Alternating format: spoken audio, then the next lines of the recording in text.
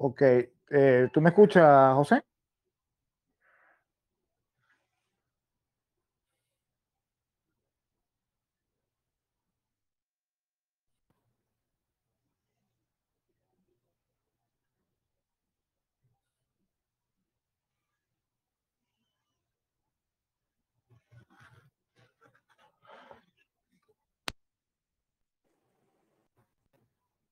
Por alguna razón dejé de escucharte, José, no sé.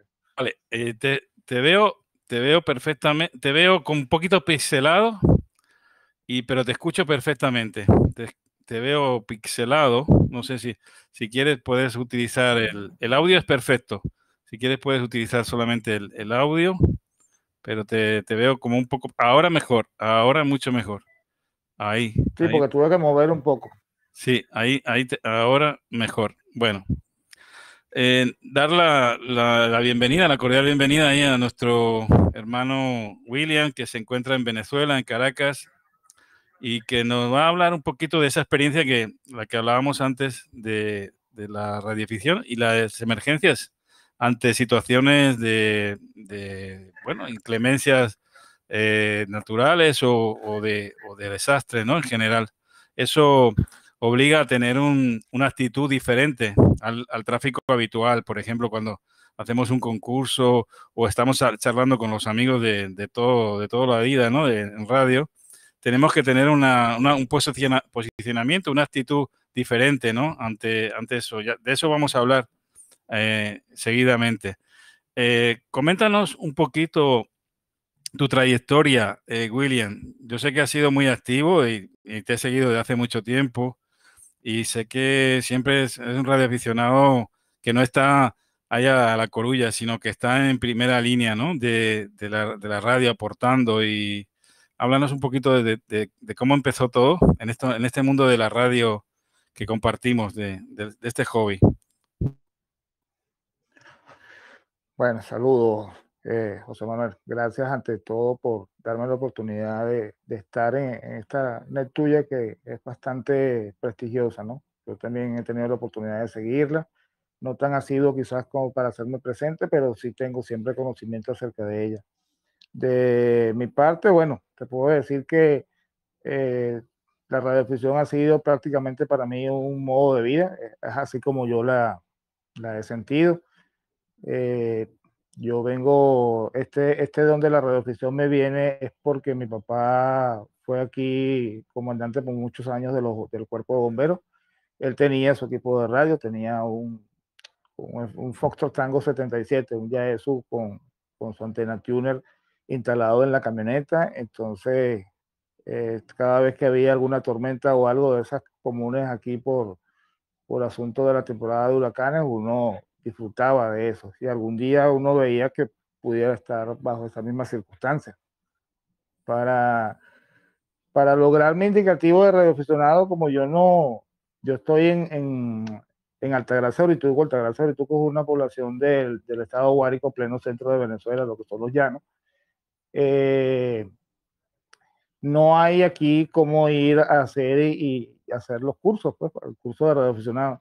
Entonces, una anécdota que siempre digo, que cuando la persona me dice, ¿y a ti te gusta eso de ser radioaficionado? ¿Eso a ti te encanta? Y yo, bueno, mira, a mí me gusta tanto la radioafición que cuando a mí me tocó hacer el curso, yo tenía que irme de aquí de Altagracia para Caracas, que está en línea recta, está como a 83 kilómetros, pero en carretera son aproximadamente como dos horas y media. Era en ese momento por un parque aquí, una carretera que había que ya no está en buenas condiciones, José. Y entonces me iba a las 3 de la tarde, llegaba a Caracas como a eso de 6 y media, 7, veía mi curso de 2 horas y me regresaba a Altagracia y llegaba como a eso de 2 de la mañana. Así tuve los meses que duró eso para poder hacer mi curso y bueno, hasta que logré ahí en octubre del 2003, logré mi Yankee Yankee. Yo era Yankee Yankee Yankee, Whisky, América, Florida. Ese, las iniciales de mi nombre. Y bueno, después de ahí hice Bueno, todo. decir que el Yankee Yankee es como la licencia, digamos, novicio, ¿no? La primera licencia, ¿no? Correcto, porque aquí nosotros tenemos que hacer la ley nos dice que tenemos que ser 75 países y todos los circuitos radioeléctricos de Venezuela para poder optar a mi categoría en esta parte B, que es el Yankee Victor.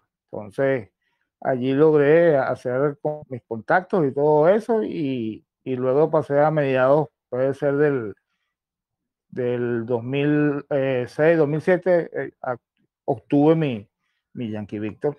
Lo pude elegir así como estaba de 2 letras, porque siempre a mí el asunto con el whisky América Florida, cuando lo iba a decir en inglés, eso es, o sea, por la misma un poco la voz que uno tiene de ser eh, descendiente Sí, también de europeo, se me hace muy difícil. Entonces lo que busqué fue Víctor Eco y además porque es el punto B de la parte tecnológica que también desarrollo mucho y es el punto B en lo que es la nomenclatura web.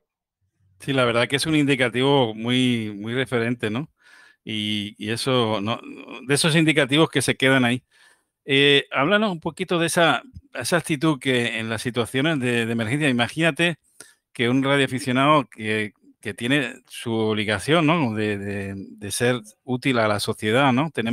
Cuando recibimos una licencia, cuando nos examinamos para ejercer nuestro hobby, pero también tenemos digamos, una labor, una obligación, ¿no? Moral de poder contribuir en situaciones de emergencia, ¿no? Que puedan perjudicar, ¿no? Dañar a nuestros vecinos, a nuestros congéneres, a nuestros ciudadanos, ¿no? Los habituales, a los que nos rodean, ¿no?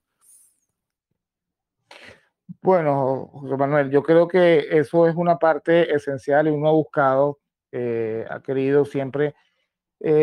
Yo tuve la dicha de poder ejercer todos los modos, todo lo que yo vi que podía ejercer de la radiodifusión, lo hice. eh, pero siempre, siempre lo que se ha mantenido, lo que yo te puedo decir que se ha mantenido, es el estar a la par con todo lo que es situaciones de emergencia, pensar todo en tiempos, en equipos y hacer instancias para trabajar todo lo que es la parte de emergencia. Entonces, la experiencia básicamente se ha hecho es en eso. Tengo y no puedo personalizar, no puedo hablar desde una circunstancia como, como en singular, porque de verdad existen en este país, a pesar de que estamos minimizados por la situación y por muchas circunstancias, tenemos muchos elementos de por qué estar en la parte de emergencia bastante blindado. Así como hablábamos del caso Eugenio, que fue de verdad una lamentable pérdida, porque en la parte de emergencia era uno de los pilares ahí en los sistemas que se implementaban y en todos los operativos. Pero básicamente, quien se dedique en la radiovisión a estar a la par de las emergencias, es obvio que tiene que tener una actitud, la actitud que en primer plano debe tener un operador de emergencia es una actitud psicológica coherente, José Manuel, porque cuando tú tienes que llevar a cabo cualquier operación, tú te tienes que darte cuenta que no es solamente el momento que estás apretando un PTT, sino que puedes tener la responsabilidad de que todo lo que se desencadene a partir de tu operación dependen también vidas humanas. Es por eso lo importante de que cuando tú haces una operación de emergencia, tú tienes que tener plena conciencia de lo que estás haciendo, que no es sencillamente hacer un QSO o llevar cuántos van en el pilot, no, está dependiendo de que tú eres responsable de algo y la responsabilidad debe partir desde ahí, de que cada uno tiene que ser consciente cuando opera un radio en situación de emergencia de su rol dentro de todo esto y cómo debe desenvolverse. Eso es algo muy importante por múltiples razones, José. Así es. Hoy escuchaba un programa, creo que es de la televisión venezolana, no recuerdo muy bien, hace algunos años, y hablaban varios miembros bueno, tanto de formación como de la Red Nacional de Emergencia. Ponían un ejemplo, a mí me ha llamado mucho la atención. Un radioaficionado, por ejemplo, cuando va con su carro y ve un accidente, ¿no? Donde puede haber susceptible de heridos, muertos incluso, ¿no? la labor del radioaficionado quizás no es entrar a examinar, porque no es médico tampoco, o de determinar quién está fallecido, quién no está, sino al menos de contactar con las autoridades, con institucionalizadas, para ya que ellos pongan digamos, realmente qué grado de siniestrabilidad tiene el accidente, ¿no? Si ha habido heridos o si esos heridos tienen revisten gravedad o no, ¿no? Es simplemente de darle. Yo creo que hay esa actitud es diferente a, por ejemplo, las instituciones, ¿no? Que se dedican digamos, profesionalmente a ese rol, ¿no? De atender a las emergencias. No sé si tú opinas de igual manera en ese aspecto. Lo que te puedo decir es que es a veces, José Manuel, muy difícil como que separar los roles, porque muchas veces las personas que se hacen radioaficionadas vienen de formación también de alguna institución de esta. Entonces siempre el rol es como difícil separar una cosa de otra.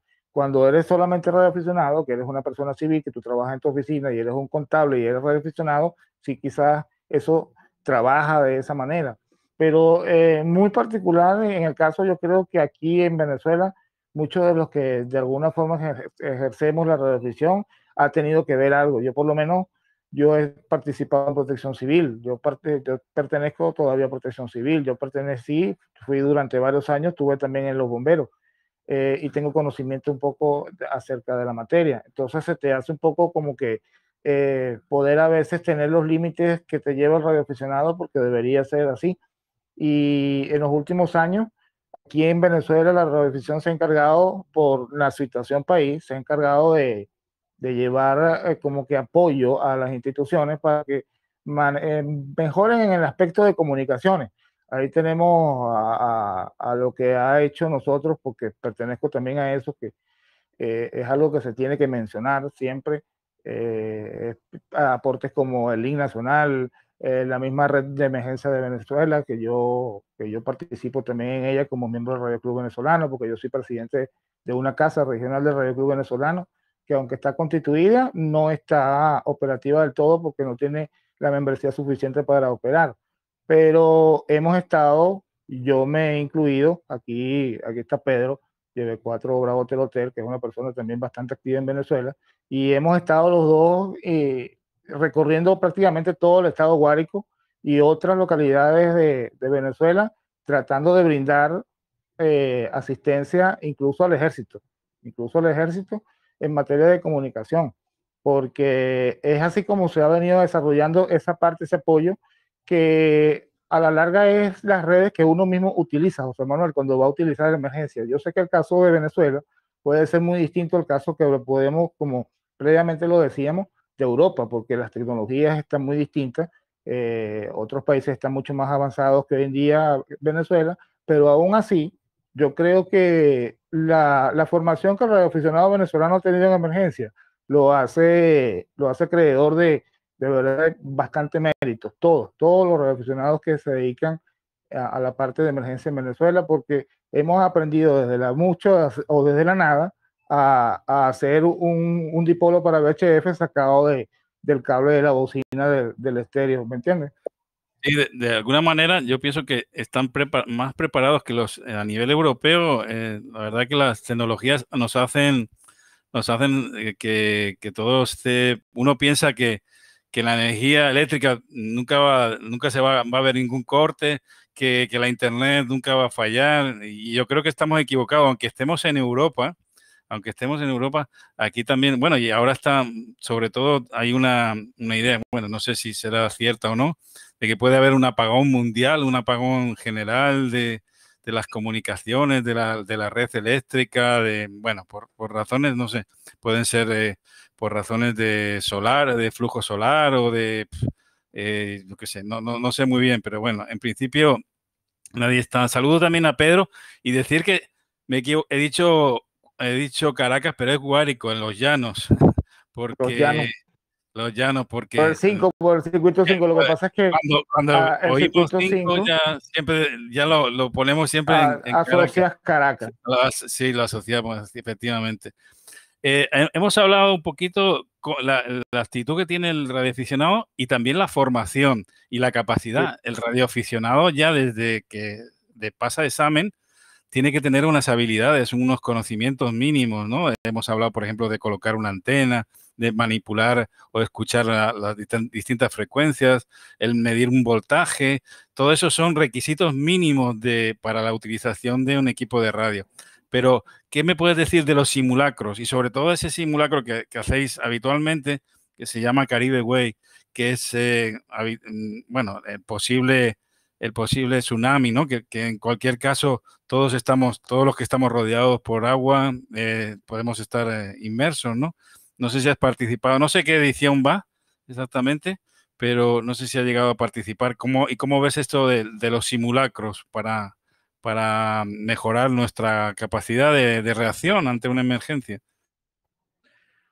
Bueno, los simulacros son parte esencial siempre para la preparación, José. Esto es siempre necesario en cualquier organización. Yo pienso que incluso fuera del ámbito de emergencia, una misma corporación que no tenga que ver nada con el ramo de emergencia, que prepara a su personal para, en caso de alguna situación, tenerlo preparado, cómo va a salir de un edificio, cómo tener ya esos protocolos elaborados previamente para que tú sepas, mira, esta es la puerta de salida a la hora de algo, esta ventana es de emergencia. Yo creo que en todo área que se practiquen simulacros para situaciones donde apremie, porque lo diferente siempre en todas estas cosas y el factor principal siempre, José, es que tú ves los aspectos desde tu normalidad, pero resulta que cuando el cerebro se siente en situación de amenaza, trabaja totalmente distinto. Por eso es que vemos esa gente que ve que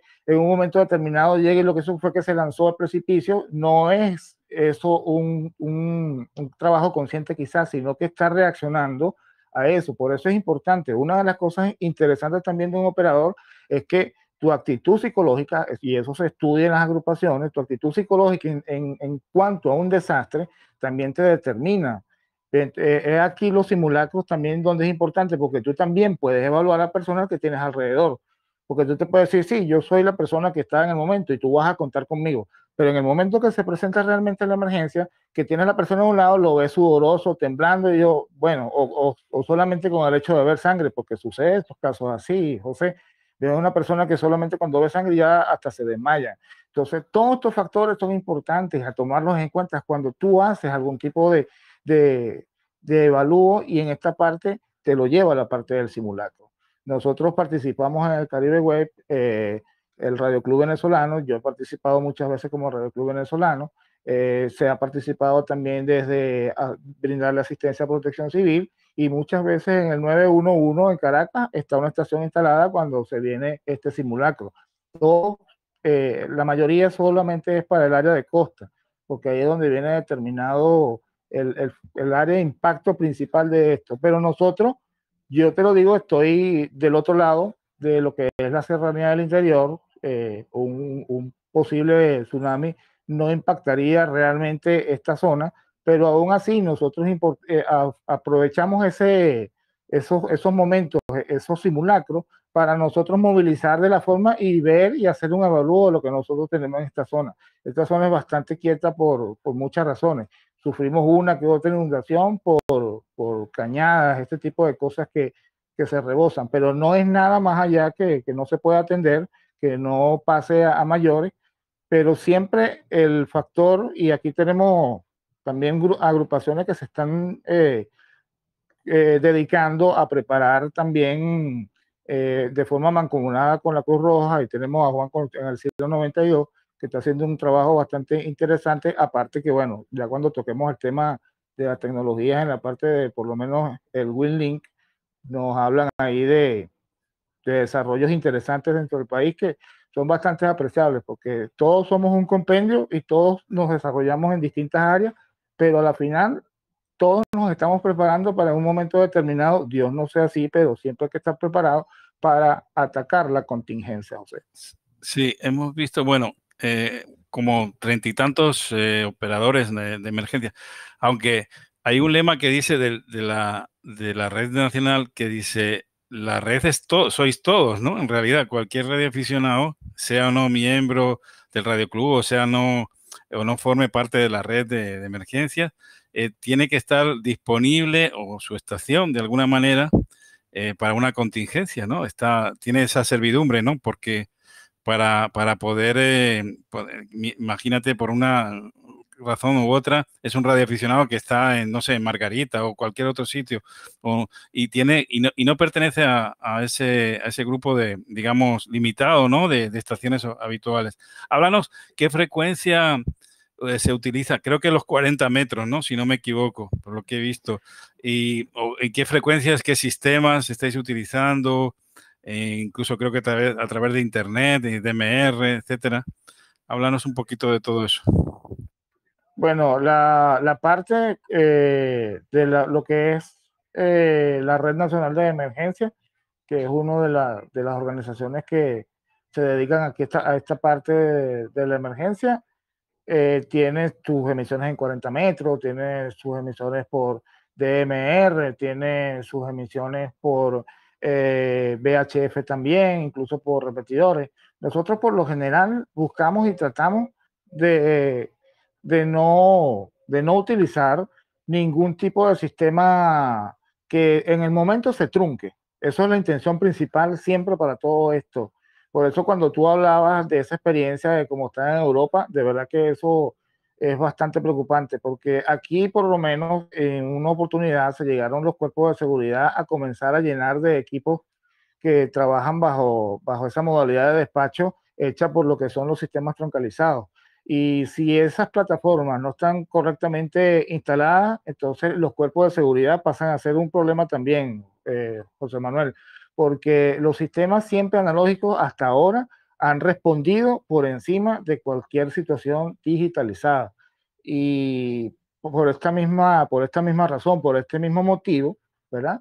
Es que siempre vamos a trabajar frecuencias que sean punto a punto. Lo más que no tengamos que tocar otras estaciones de relevo, porque siempre allí tienes la posibilidad de tener un problema, salvo que suceda como lo estamos haciendo en el link nacional, porque yo colaboro también para el link nacional y es un sistema que motivado, porque una de las cosas que parece mentira, pero la vemos beneficiosa, José, es que toda esta situación que nosotros hemos tenido como país con el problema eléctrico, la hemos podido utilizar para el desarrollo de nuestras estaciones, nuestro sistema alterno. Yo te estoy modulando en este momento con todo lo que tienes aquí, pero yo no te garantizo que en este momento haya un apagón aquí, pero yo estoy totalmente con toda mi estación en este momento conectada. Y si por casualidad se va la luz en un momento, se me apagará el foco de arriba.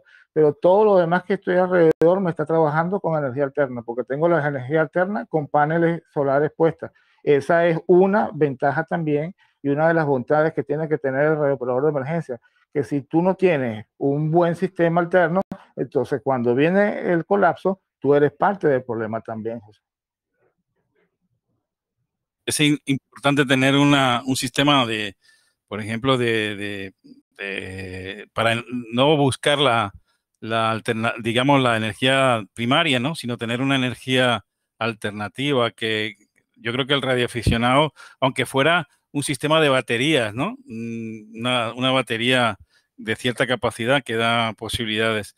Háblanos de en qué consiste la red ENCOM en Venezuela o cómo se coordina con las distintas agrupaciones de emergencia e incluso con las instituciones. ¿Cómo se llega? La red ENCOM para nosotros serviría porque agrupando un poquito el término ENCOM sería lo que es comunicaciones de emergencia. Y las comunicaciones de emergencia siempre se han trabajado con instituciones. Se ha buscado manera, como te dije la vez pasada, apoyarnos en instituciones y apoyarnos desde el punto de vista operativo. Porque siempre, aunque en los determinados organismos, vamos a citarte por decir uno, Protección Civil, tienen su departamento de comunicaciones, pero nosotros tenemos la fortaleza de que siempre conocemos un poco más allá de lo que puede ser ese término del Departamento de Comunicaciones en una determinada institución. Como te dije, hay acuerdos importantes con la parte de Cruz Roja buscando capacitar personal de Cruz Roja. De eso, como te comenté antes, se encarga Juan, que lo vi que está por ahí, Juan Saer, que tiene bastante, está caminando en eso. Y igual que el Radio Club Venezolano en Caracas, están tratando de impartir cursos a Cruz Roja para que también en un tanto de eso se identifique posibles radioaficionados y de una forma a otra agarrar y complementar eso, ¿me entiendes?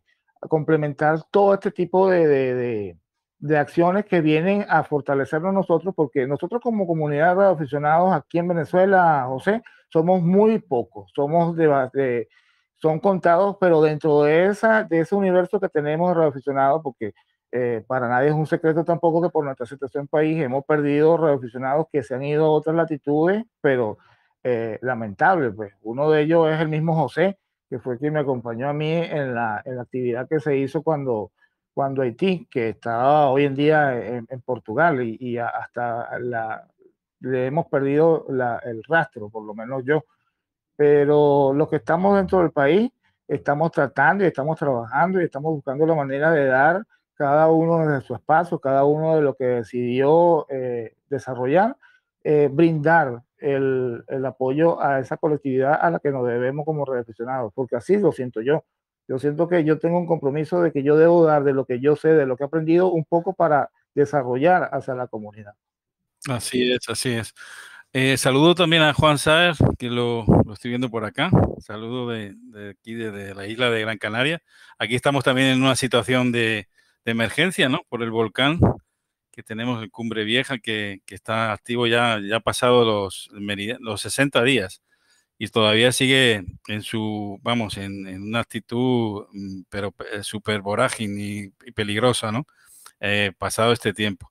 Bueno, ¿qué elementos mínimos? Imagínate que un radioaficionado que se siente con disponibilidad, quiere ofrecer esos conocimientos y su saber hacer y su estación. ¿Qué elementos son necesarios para tener ser capaz de socorrer en una situación de desastre, ¿no? ¿Qué elementos de equipo, radio, antena, energía, cómo podemos afrontarlo? Desde la manera, digamos, mínima, ¿no? Bueno, José, yo creo que el elemento que yo te podría decir que es el mínimo, el más pequeño que debe tener un radiooperador en emergencia, es la voluntad, José. Desde la voluntad de tú querer ayudar, de ahí parte todo y de ahí todo lo que tú puedas tener para querer socorrer, créeme que lo vas a llevar y lo vas a desarrollar. Yo siempre esta parte busco manera de siempre rebuscarla dentro del operador, que lo principal que nosotros tenemos que tener para poder ser realmente un operador de emergencia es que nosotros tenemos que sentirnos parte de la humanidad y que tenemos que desarrollar esa sensibilidad hacia lo que vive la persona a la que debemos socorrer, porque vale ser un robot que tiene toda la tecnología puesta cuando lo de adentro es sencillamente vacío y no tiene ese carácter necesario que lo tiene que hacer para ser presto a poder ayudar, para ser presto, para poder generar y buscar, porque a partir de eso es que tú te vas a buscar cómo ingeniar para darle a esa persona la asistencia necesaria. Y por la parte de equipo, lo primero es tener sustentabilidad en cómo vas a hacer tus procedimientos. Si tú vas a ver, tienes que, primero, es ahí donde entra la preparación que tú tienes que tener y estudiar el teatro de operaciones que tienes en el sitio y cómo te vas a dedicar a él, de qué manera vas a desarrollar, porque todo puede cambiar. En el caso particular de nosotros, sabes, José, que tenemos un país que tiene distintas características y nos hace a nosotros que de repente lo que yo puedo implementar aquí en montaña no es lo mismo que le va a servir a alguien en la zona del Páramo, en la Y zona de los Andes. muy grande y con distintos tipos de climas y de situaciones geográficas, muy disperso, ¿no? Sí, desde ese punto de vista te hace interesante de que yo no puedo decir de repente aquí hacer una recomendación sobre cómo vamos a hacer en esta área que son planicies, que es llano mayor que todo, pero resulta que yo tengo hasta allá en la zona de Miranda, la zona de Los Teques, ya estamos hablando de que es muy raro ver extensiones planas, todo es área de montaña, entonces ya la forma cambia. Entonces, por eso es importante las redes y el capacitar en distintas áreas, en distintas formas geográficamente, porque tú tienes que primero decirle al radioaficionado, ver tu alrededor, y de acuerdo a tu alrededor tú tienes que implementar cuál es el sistema que a ti te puede funcionar, cuál es el sistema que tú puedes agarrar. Yo por lo menos aquí con las planicies, yo disfrutaría tranquilamente con un VHF, porque yo puedo tranquilamente, y lo he hecho, yo he cubierto 280 kilómetros con una antena direccional de 11 elementos tranquilamente, pero quizás el que está metido en un hueco, el que está metido en un hueco en los Altos Mirandinos no puede decir lo mismo porque no va a llegar ni siquiera a 2 kilómetros. Entonces, las realidades siempre son distintas y siempre tiene que uno buscar la manera de que el radioaficionado tenga la capacidad de eso, de saber dónde está y de acuerdo a dónde está, qué tipo de comunicaciones puede utilizar, José. ¿Y qué aporta el WinLink para ese tipo de comunicación, el sistema digital de VHF WinLink? El WinLink es un método que, vale, esto ha dado, como digamos, un salto tremendo porque es todavía la posibilidad de darle aún más vida a la parte analógica, incluso teniendo la capacidad de poder trabajar con el Internet. Pero de que tú puedas tener tu estación remota y tú te puedas comunicar tranquilamente con cualquiera de los servidores que están instalados, ya incluso Venezuela también, gracias al Radio Club Valencia, tiene esa iniciativa también de tener un servidor trabajando en la parte de WinLink y que se desarrolle. También está en la parte de VHF. En Caracas también está trabajando uno en VHF y eso va dirigido a desarrollar esa tecnología en esa parte y eso es muy importante en la parte de emergencia, porque como siempre te digo, a partir de que uno pueda tener la posibilidad de comunicar y de contactar, yo aquí en mis equipos de arriba te puedes ver, yo tengo siempre preparado un phone patch y está preparado en duplex, que en algún momento yo necesitara desactivarlo, ponerlo en un sitio y está, y lo ubico en cualquier sitio y ya hago una interconexión vía radio y me voy a lo que pueda conseguir como línea telefónica. Esas son las cosas que uno tiene que desarrollar. El radioaficionado en emergencia no es el radioaficionado que te tiene ahí, te voy a sacar aquí 5 monitores y todo, no, porque cuando se te va la luz y no tienes soporte de internet, a eso no vale nada, José. Aquí lo que vale es la capacidad que tú tengas Cierto, cierto. desde cero con los elementos de hacer, como te dije, que tú tienes un alambre y de ese alambre tú vas a sacar un dipolo, aunque no tengas en el momento el gamma match, pero por lo menos vas a transmitir en cierta cantidad de tiempo para que no force lo que son los finales del equipo. Sí, el Radio Club de venezolano e inclusive creo que alguna institución de radioaficionados ha acudido en alguna catástrofe a nivel internacional. Creo recordar, no sé si me equivoco, en el terremoto de México del año, no sé si 80 y tantos, 70 y tantos, el terremoto que fue muy devastador en la Ciudad de México, creo que hubo radioaficionados, pero también en Haití. Creo que en ese circunstancias estuviste operando desde allí y nos podías un poco contar tu experiencia con el terremoto de Haití. Fue hace algunos años. Sí, fue en el 2010, pero lo que tú te comentas acerca de la experiencia de 1985 fue que cuando hubo ese terremoto, el presidente pudo conectarse aquí, fue por vía de radioaficionados, a hablar y conocer acerca de lo que estaba sucediendo en, en México. Fueron los radioaficionados los que lograron establecer en ese momento la comunicación. Claro, nosotros hoy en día hemos migrado tanto al Internet que hemos visto la parte de la radio como que si ya muchos incluso intentan, pero yo no dejo que sea así, de encasillarlo como que si la radio fuera algo del pasado y como que si dijeran que ya eso ha pasado y no. El uso del RF puede haber modificado de muchas formas, pero tu equipo de MR, tú lo conectas a un ordenador, José, y tú puedes buscar la manera de por lo menos pasar datos. Te lo explicaba también eso.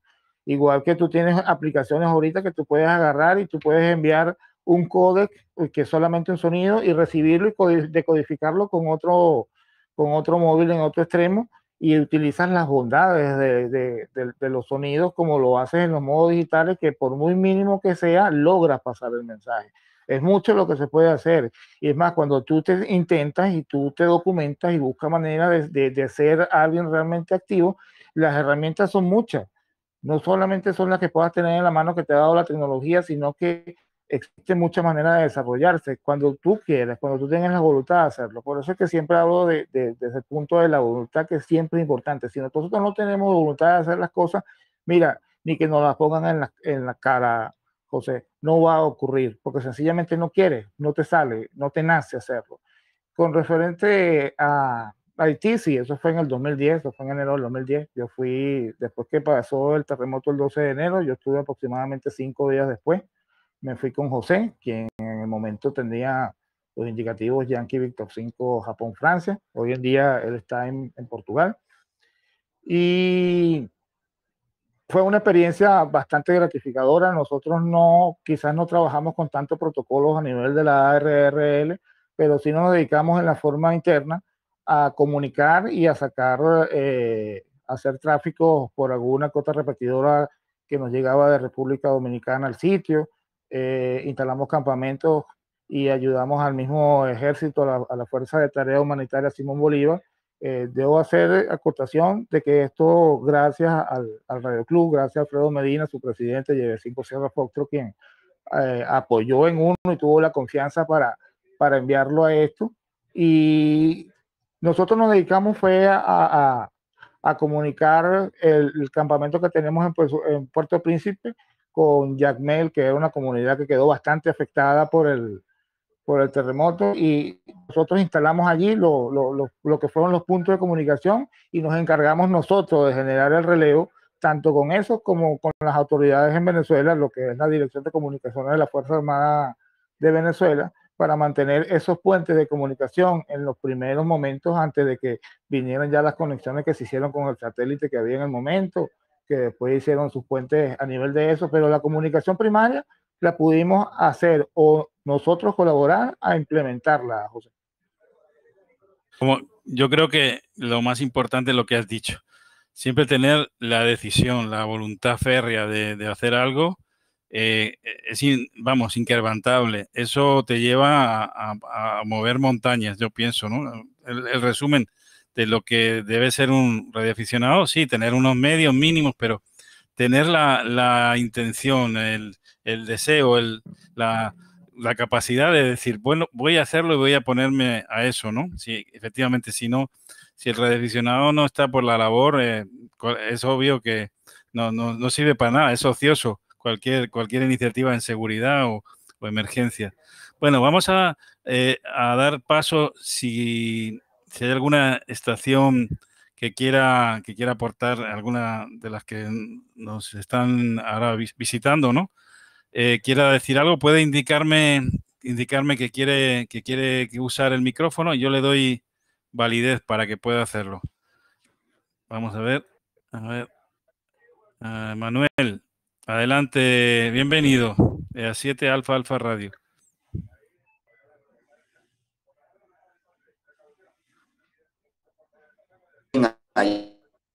La verdad, muy buenas tardes a todos. Yo darle las gracias, reportarme a William por su magnífica exposición, de verdad, de corazón. Me quedo yo sobre todo con una cosa que ha dicho él, que ha hecho de la radioficción su modo de vida. Ahí lo comparto todo lo que ha dicho usted, William, pero sobre todo eso me ha sido sumamente grato. Y bueno, agradecerle la labor que realizáis a todos ustedes, de verdad, de corazón. Como colofón o anécdota, se cumple aquí en Málaga un año y un día de unas terribles inundaciones que tuvimos hará unos 36 años y un día. William, muchísimas gracias. Mis saludos más cordiales, como no, a José Manuel y a todos los que están escuchando. Un fuerte abrazo y 7-3 muy cordiales, William. Vale, Manuel, un abrazo para ti, gracias por tu intervención.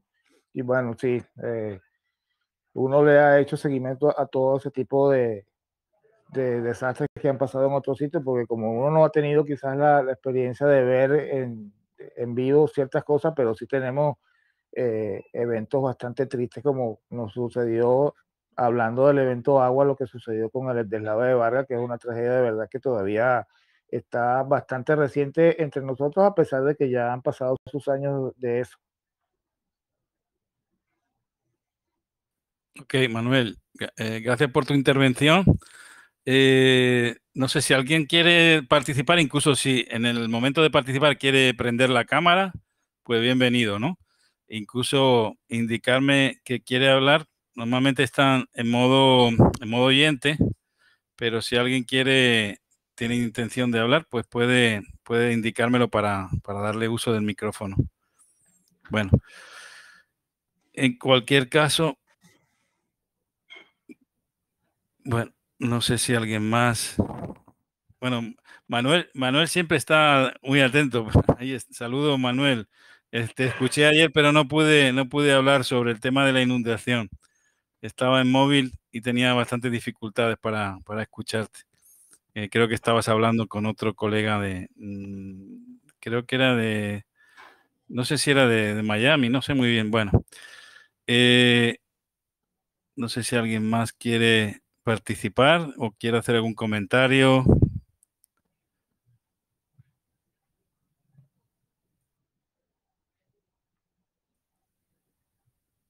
Bueno, ya vemos que son como un poco tímidos. En principio, algo importante en el uso de las emergencias es también la capacidad de intercomunicarse, ¿no? Me imagino que uno tiene, como nos has dicho, sabe hasta dónde puede llegar, ¿no? En el caso tuyo, por ejemplo, es más fácil desde el llano en VHF, pero ¿hay alguna frecuencia? Normalmente tenéis algún tipo de rueda de socorro o algo así sobre no sé, si en 40 metros, que es la banda, digamos, más habitual para este tipo de actividades. Sí, diariamente se hace en 7135, acostumbran a hacer aquí en la parte de lo que es la Red Nacional de Emergencia, tiene siempre hay operadores que mantienen esa frecuencia en uso. Se está tratando y ahorita estoy colaborando con el Radio Club, con la parte de DMR. Se está trabajando con el TG 734-5002, que están haciendo unos ensayos ahí ya bastante avanzados sobre el uso de la red en DMR. Y existen otras iniciativas particulares, por lo menos el 146-520, sé de varias poblaciones donde se dedican a eso también de forma. Caracas lo utiliza también. Hay tantas cosas que te puedo decir. Por lo menos nosotros tenemos lo que es el link nacional. El link nacional, tener muchas poblaciones comunicadas. Eso siempre está trabajando José en función de que sirva también en el momento de una catástrofe, que sea uno de nuestros principales apoyos. Por eso la repetidora matriz de lo que es el link nacional tiene un buen banco de baterías. Hay otros sistemas como el de Valencia, que también es administrado por Juan, él también su sistema de batería. Entonces, como que los nodos principales están ubicados con baterías para que tengan una buena capacidad y una buena autonomía. Y hasta el momento todo eso ha resultado muy bien. Eh, lo que se ha utilizado y ha tratado de hacerse que cada quien desde su localidad tenga la iniciativa de buscar maneras de poner y activar un sistema y llevar hasta el link nacional. eh, ha sido arduo por trabajar en eso, pero sin embargo no se ha desmayado. Yo lamentablemente por una circunstancia de la misma situación país, no se puede atender de momento un repetidor que tenga un área llamada Tucucito, que está en el lado de Celina Nacional y conecta lo que es la parte del oriente del país, y no se ha podido atender por todas las circunstancias que nosotros vivimos. Pero aún con eso, por eso es que te comentaba lo importante de la voluntad, que cuando tú agarras, tú te entregas y tú dices, bueno, listo, ya perdimos este punto, no lo podemos mantener, pero más sin embargo se ha buscado la manera, se han hecho las formas en todos los puntos que nosotros conformamos con el lineal, y al hablarlo así, me lo tomo un poquito a mí porque también uno tiene que tener pertenencia a esas cosas, pero aquí no se puede hablar desde un punto de vista definitivamente singular, José, que nadie crece solo, nadie crece solo, todos somos Yo necesarios. recuerdo un hecho, bueno, dos hechos desde aquí de Canarias, que hay como una interconexión, es como un cordón umbilical con Venezuela, bueno, aparte de la emigración.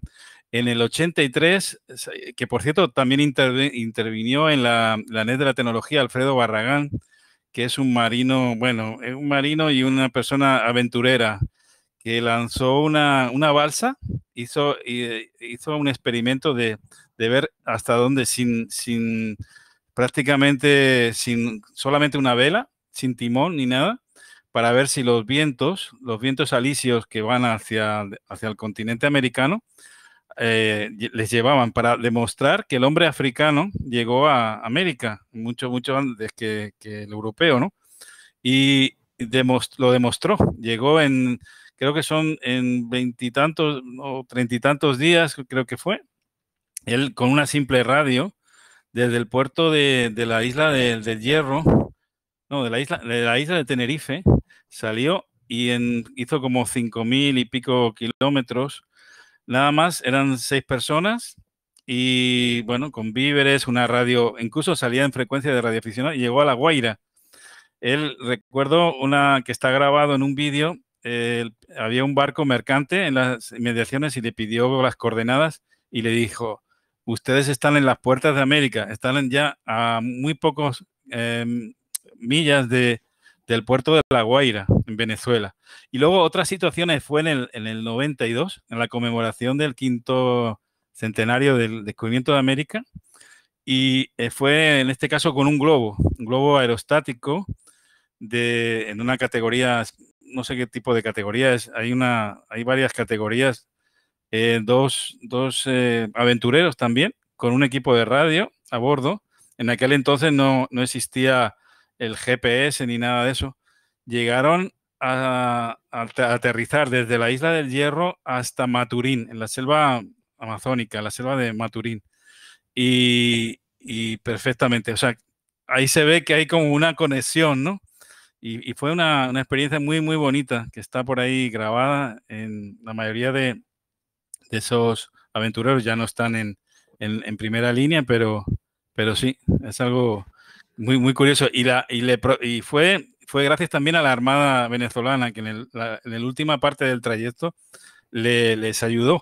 Y también a una cosa que la gente no lo sabe.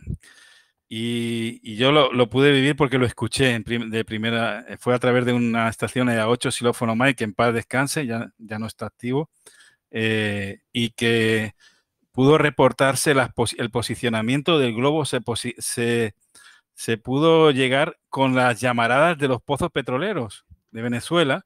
Ellos tenían marcados las ubicaciones y en la noche desde el globo pudieron determinar qué posición tenían, sin tener GPS ni nada. Eso fue nada más que la radio y el ingenio y lo que tú has dicho, la voluntad de poder llegar a la meta, ¿no? Esos son dos ejemplos claros. Y los dos están compartidos por Venezuela, en un caso y Bueno, en el otro. Y Canarias también, como puerto de origen. claro, es así, y por eso lo digo desde el punto de vista de eso, porque nada va a tener éxito nunca si tienes voluntad de hacerlo. Y que siempre hay que tratar de que lo mejor que se puede hacer se hace bajo grupo, digamos, en este caso, en la parte con los radioaficionados, que hay que desarrollar siempre porque no estamos en condiciones de estar solos, porque nunca podemos estar solos. Nosotros no podemos desde la individualidad desarrollar nada, porque sencillamente siempre vamos a necesitar de otro. ahí está el caso también del por qué surge la aplicación que yo estoy llevando con la parte de los repetidores de radioaficionado también, que es algo que no se nutre, que si yo quisiera hacerlo desde la individualidad, no se puede, José, porque yo no puedo estar en Mérida, que me está a no sé cuántos kilómetros al occidente del país, ni puedo estar en Ciudad Bolívar, que me queda hacia el sur del país, y saber qué repetidor está activo, si realmente está ahí un equipo funcionando o solamente tengo es una frecuencia, estoy llenando un espacio con una frecuencia. Siempre el trabajo mancomunado va a dar éxito en la radioafición. Muy bien. No sé si alguien quiere aportar algo o simplemente reportarse o hacer algún comentario, pues bienvenido. Antes de dar por finalizada la net del día de hoy. Y bueno, en principio, pues si no hubiera lugar a eso, pues me puede indicar. Vale, Joaquín, vamos a darle la palabra. Agradecerte, William, que estés con nosotros. Gracias por aportar toda tu experiencia, que es mucha, y sobre todo el que seas un radioaficionado de raza, ¿no? Eso es importante. Hasta la médula. Eso es importantísimo. Un radioaficionado consecuente y colaborador. Gracias. Adelante, Joaquín. He cobrado 4 Zulu.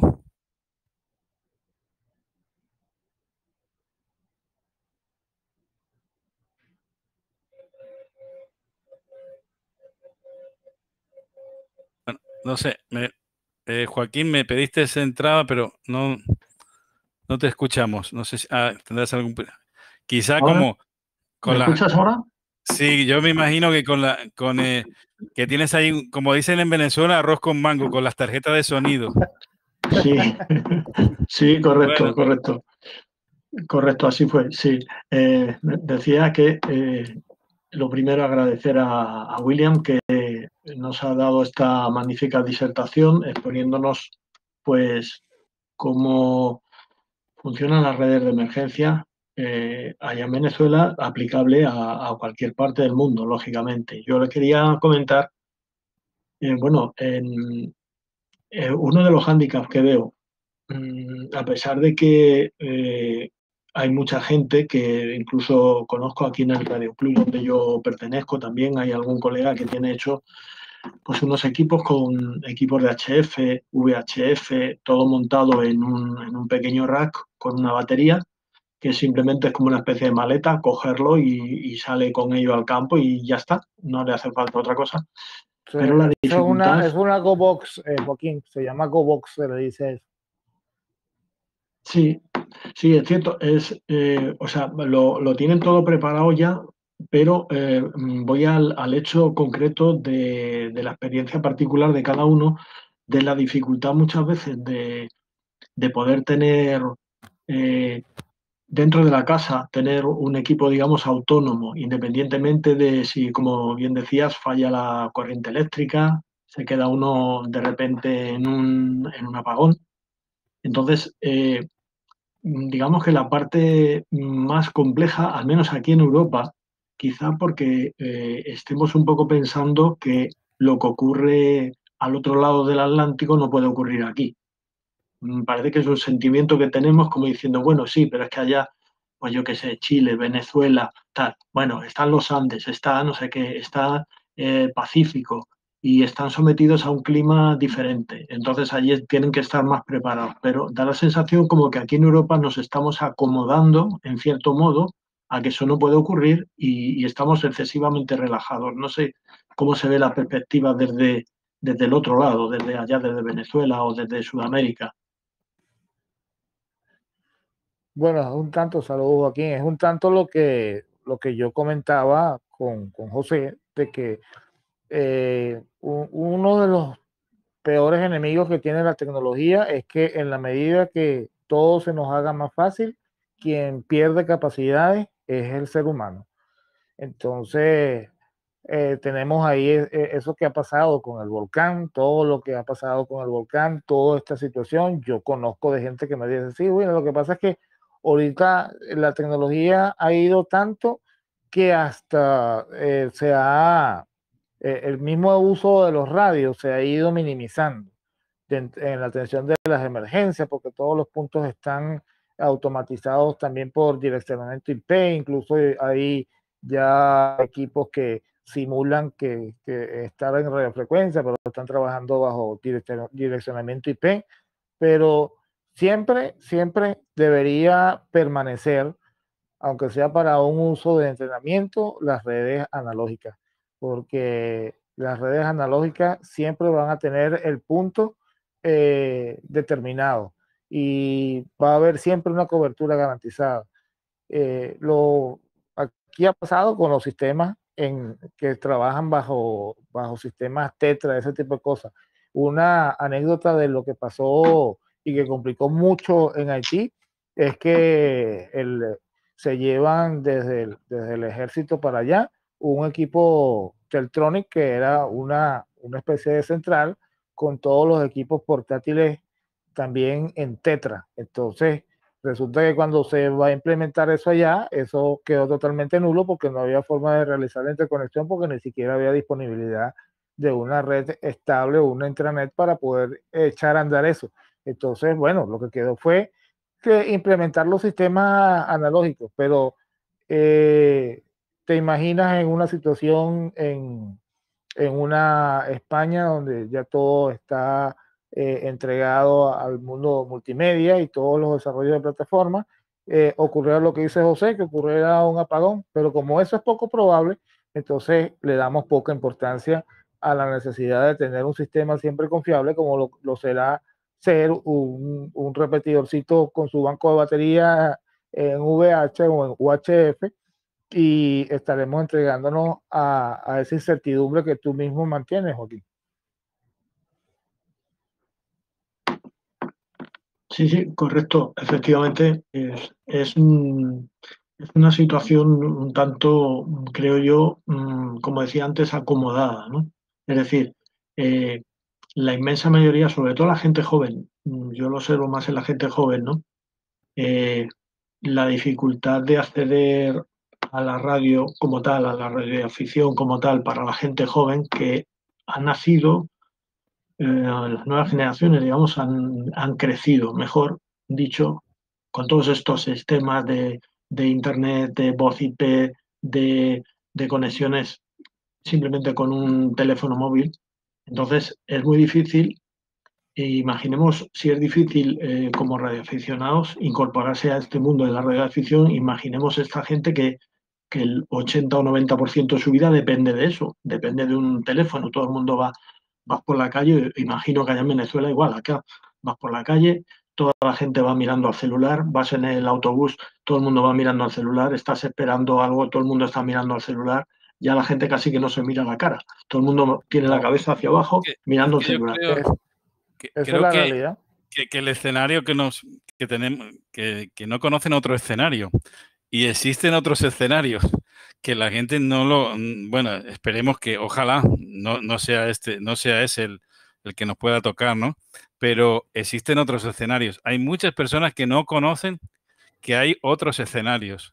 Ese es el problema. Y lo que has dicho del maletín de emergencia, es algo muy importante también que tener en casa siempre una estación preparada, móvil o portable de mano, que pudiera socorrer de una manera, digamos, en situaciones donde no estamos en nuestra ubicación habitual, ¿no? También. Sí, la GoBox es una implementación que aquí muchos colegas se han como dedicado también a hacer una especie de caracterización, cada quien de acuerdo a cómo pone, cómo la construye, cómo la mantiene. Se ha hecho muy común eso, porque hay muchos colegas que se dedican a hacer eso, incluso tenerlas montadas sobre motos, a la hora de cualquier cosa, tener ya una especie de adaptador que solamente retrae, entonces la caja se le amolda a la moto, que es un vehículo que es bastante accesible para la hora de una emergencia, como pasó en la tragedia de Vargas, donde quien pudo llegar primero fue motocicletas al sitio, pues, vehículos y otro tipo de movimiento no hubo sino aéreo y por moto también, que se pudo dar la asistencia.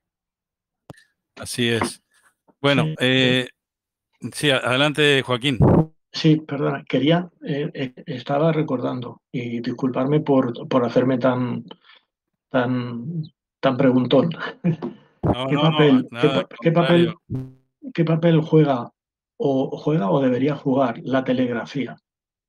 Hay muchas discusiones acerca si la telegrafía está olvidada, si no está olvidada, si ya se ha quedado anticuada y tal. ¿Qué papel puede jugar la telegrafía en un caso de emergencia?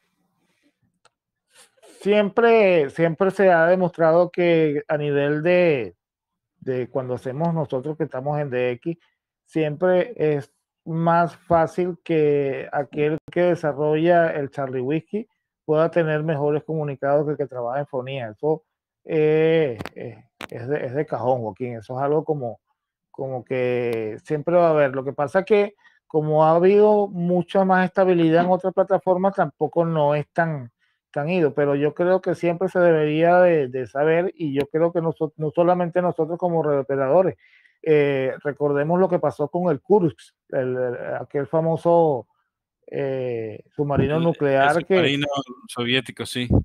Que pudieron comunicarse fue porque sabían Morse, si no, no se puede comunicar. Entonces, yo creo que es algo que, lejos de cualquier cosa, debería ser normal, porque eso siempre nos decía el profesor en Charlie Whiskey, el profesor de telegrafía, Enrique Moreno, lleve 5 Nancy Whiskey Gold, que cuando salgan de aquí, la mejor práctica que pueden tener es que agarren las cornetas e identifícanlas como letras.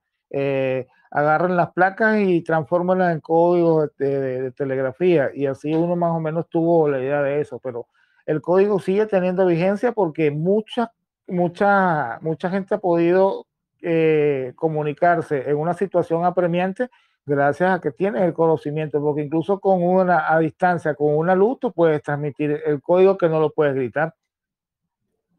Sí.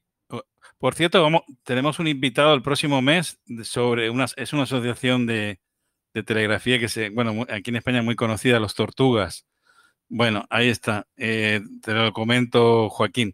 Y el próximo NET tenemos como invitado a un italiano, un colega programador, que con una aplicación, es una página que integra todos los servicios tanto de Radio Club, de ubicaciones, de seísmos, de emergencias también, en una única página. Es decir, uno no tiene que salir de ese mapa, esa página es integral, totalmente integral, y se llama Map4Hand. Apuntarlo porque va a dar mucho que hablar. Así que no lo perdáis porque va a ser muy, muy interesante, ¿eh? Esa página es muy poco conocida fuera de Italia, pero va a tener vocación universal, una vocación de que todos los radioaficionados la utilicen, para no tener que salir de una página para ver algunas utilidades y entrar en otra, directamente desde esa misma página como página de, digamos, de referencia, ¿no? No tengamos que utilizar otras herramientas, ¿no? Así que les invito. Creo que Pedro Rodríguez me pidió la palabra, así que adelante. Bienvenido. Ok, buenos días, buenos días, buenas tardes para nosotros también. Saludos para ti, el director de la NEP, para William, el invitado. Gracias, William, saludos, un abrazo.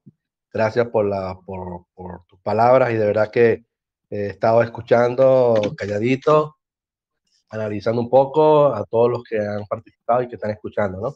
Y una de las cosas que me dio como que para levantar la mano fue cuando el telegrafista, ¿no? De la telegrafía, el CW, que algunos piensan que ha pasado de moda. Y yo en ese momento me llegó al pensamiento, pues entonces el amor también pasó de la moda.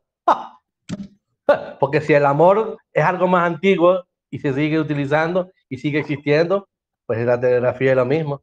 Es como el amor. O sea, yo creo que la tecnología no debe sino ayudar a facilitar, no a eliminar.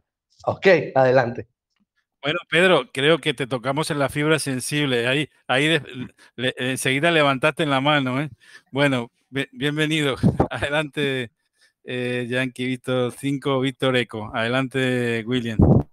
Saludos, Pedro. Bueno, yo hacía referencia a Pedro precisamente de eso, porque nosotros hemos tenido la particularidad, Pedro y yo, que siempre tenemos conversaciones bastante antagónicas sobre tantos temas y sobre tantas situaciones que nosotros quisiéramos que fueran desde otra perspectiva, pero nos hemos tenido que adaptar a trabajar con lo que tenemos. Esa es la realidad, pero con todo y eso se ha logrado salir adelante. En otras cosas no, y otras cosas han quedado un poco estacionadas, pero voluntad existe, voluntad hay, mientras eso exista, hay posibilidad de cualquier cosa. Saludos, Pedro. Claro que sí, William. Sí, yo tengo días pensando muchas cosas sobre nuestra situación y algo decía, no recuerdo su nombre, ¿cómo que está en Gran Canaria? José. Ok, ¿en qué parte de Gran Canaria te encuentras, José? Estoy en el sur de Gran Canaria. Vale. Bueno, si no la conozco mucho, o sea, por el norte, por el sur, verdad que no la conozco. Bueno, en referencia, estoy pensando hace tiempo atrás que yo decía que, o muchos dicen que la radiodifusión es voluntaria, ¿no? Tú llegaste a comentar algo, José, que nosotros teníamos ciertas responsabilidades para con la sociedad y para la radiodifusión principalmente, ¿no? Sí, así es. Es correcto. Y yo digo que no hay más nada más voluntario que una amistad y que el amor o un matrimonio, ¿no? Y eso acarrea, ¿cómo se llama? Deberes, ¿ok? Hay cosas voluntarias, pero que tienen deberes. Y eso todavía las personas, cuando el radioaficionado no está enterado 100% de eso, pues todavía está en proceso de formación. Sí, así es. Yo creo que el radioaficionado lleva inherente, es una parte que va aparejada a la obligación de estar disponible a la sociedad. Y la forma y la manera es de expresarla cuando hay un acontecimiento aciago, ¿no? Un acontecimiento triste, un desastre, que puedan correr vidas por medio o incluso desastres, ¿no? Naturales como aquí lo estamos viviendo ahorita en el volcán de la isla de La Palma, ¿no? Y bueno, creo que eso ha quedado muy claro en toda la exposición de William. Y tenemos que, también yo creo que es importante una pequeña formación, que los radioclubs hicieran algunas charlas, algo también, porque el radioaficionado sí tiene disponibilidad, tiene voluntad, pero a veces no sabe qué hacer, no sabe qué práctica poner en marcha para poder socorrer, para poder ayudar, colaborar en una situación de este tipo, ¿no? Y bueno, creo que a veces eso falta en algunos radioclubs, por lo menos en lo que yo conozco en la cercanía, no lo tienen, no tienen esa formación mínima. Estamos hablando no de ser expertos en emergencia ni nada de eso, sino los requerimientos mínimos para poder actuar con solvencia, ¿no? Ante una situación así.